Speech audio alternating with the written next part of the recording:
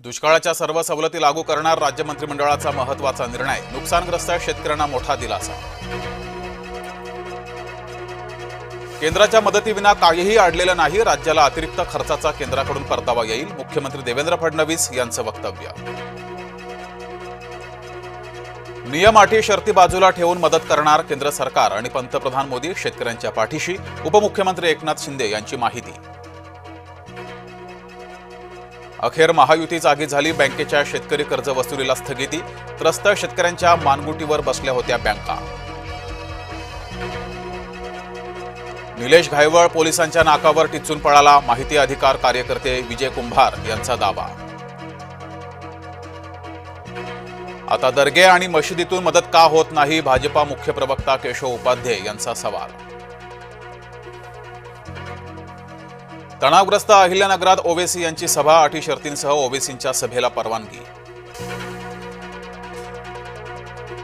शिवसेनेचा दसरा मेळावा नेस्को सेंटरमध्ये होणार, पावसामुळे शिवसेनेचा निर्णय, शिंदेंची माहिती।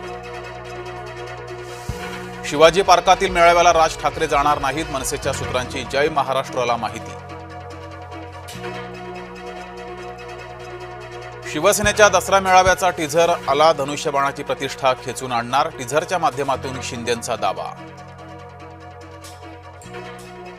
डाव्यांच्या अजेंड्याचा गवईकडून पर्दाफाश, सरन्यायाधीशांच्या मातोश्री संघाच्या सोहळ्याला जाणार, कमल गवई 5 ऑक्टोबरला संघ कार्यक्रमाला हजर राहणार।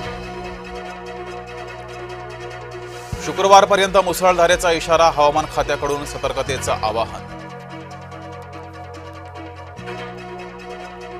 राहुल गांधी यांना न्यायालयाचा दणका, काळ्या बांधणीची लाल राज्यघटना वापरता येणार नाही, एका प्रकाशन संस्थेच्या याचिकेवर दिल्ली उच्च न्यायालयाचे आदेश।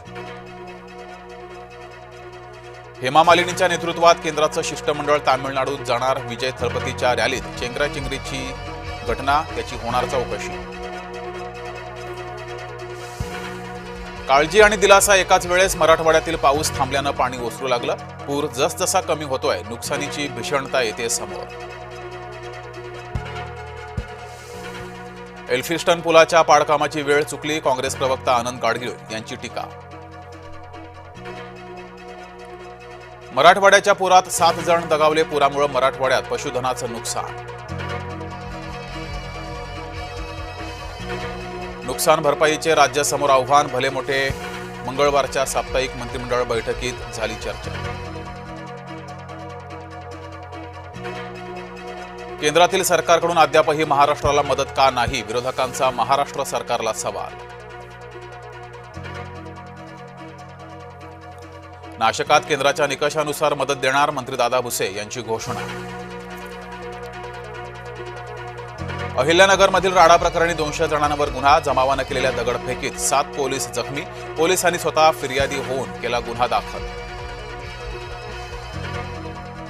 शेतात साचलेल्या पाण्याला बांध फोडून दिली वाट, शेतकऱ्यांच्या अश्रूंनाही मिळाली वाट, संभाजीनगरातील शेतकरी संकटांचा करतोय सामना। हिवताप चाचणीमध्ये बीएमसी अपयशी, 7 विभागांमध्ये हिवतापाच्या रुग्णांचं प्रमाण अधिक। अरबी समुद्रामध्ये वादळासारखी परिस्थिती, गुजरातमधील नौका देवगड बंदरात, 1 ऑक्टोबरपर्यंत नौका देवगड बंदरात राहणार।